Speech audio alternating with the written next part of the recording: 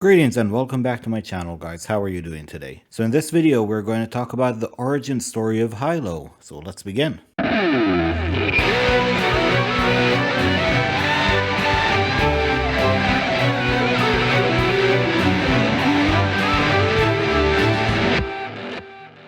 So the history of Halo begins with a fairly well-known tale of a clan of Kender who borrowed the first flying citadel. One day in the year 2600 PC at the annual Grey Gem Hunt, a young Kender by the name of Bomber Burblebrook wandered further than the normal from his pastoral Kender village and happened upon none other than the Citadel. The thing that made the Citadel special was the fact that it was actually floating about 6 feet off the ground. It was in a fairly secluded valley that the Kender knew was difficult to find. Of course, he was overwhelmed with his find and spent the day and night trying to find a way to get up into the levitating building. Unable to find a way, he decided to return to his village and share the good news. He was welcomed with open arms and was promptly titled the winner of the hunt for his fabulous find, on the condition that if he could verify it. But since he was unable to bring it back with him, most of the village decided that they would investigate to claim the find official. So it was decided that since it was only a couple of days travel, they would make a holiday of it.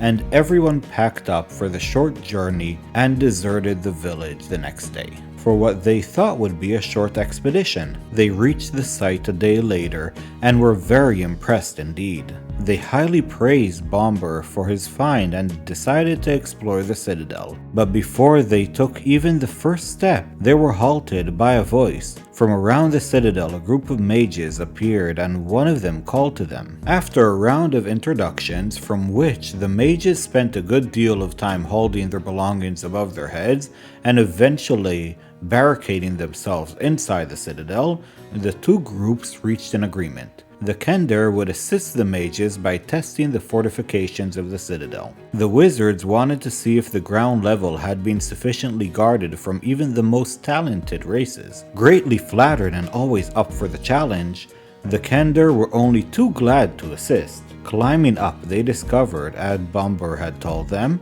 that each outside door was bolted from the inside and each ground window was barred. Fortunately, the Kender have found an open window on the third level that, according to Kender logic, must have remained unbarred for the sole purpose of allowing only the most nimble and skilled climbers egress. And all the Kenders quickly climbed into the Citadel. After an invigorating search of the Citadel, they found one room interesting. A room in one of the upper towers afforded a view of the valley below them.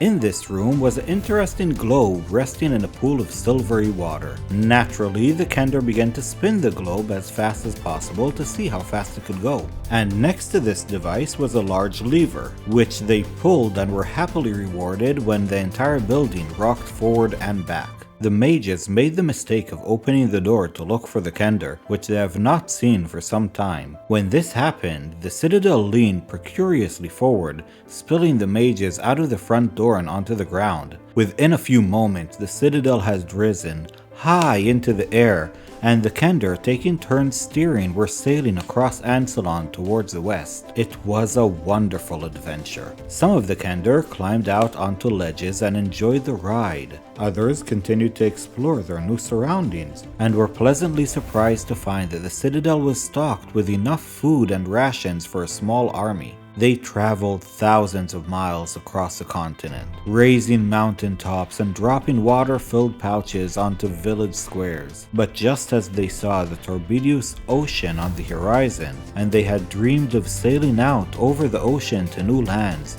the Citadel suddenly dropped in altitude. It seemed that all of the Kender had taken their turn on the wheel, and the last Kender that was manning the helm left to grab a bite to eat. From there, the ride was even more interesting for the Kender. Careening out of control, the Citadel headed straight for land. One Kender managed to get back control of the Citadel but was too late. She had managed to slow down the inevitable collision which saved the Kender's life, but crash-landed the Citadel into a side of a mountainous hill. Oops-a-daisy. It was here that the Kender decided to remain and rebuild their village, which they named Hylo, in honor of their wonderful trip. Over time, Hylo became a good-sized Kender city. The land surrounding it became known as Kenderhome, and over the next 2,000 years, 10 more substantial Kender towns and villages grew among the lush forest covering northern Ergoth. After the cataclysm, the waters pouring into Central and Ceylon submerged 5 of the Kender communities, turned northern Ergoth into island, and made the wilderness city of Hylo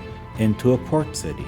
Well, I hope you enjoyed the creation of Hylo, the fall of the Citadel that the Kenders borrowed from the mages, and the creation of the nation of Kenderhome. So we'll see you in the next video. Have a great day.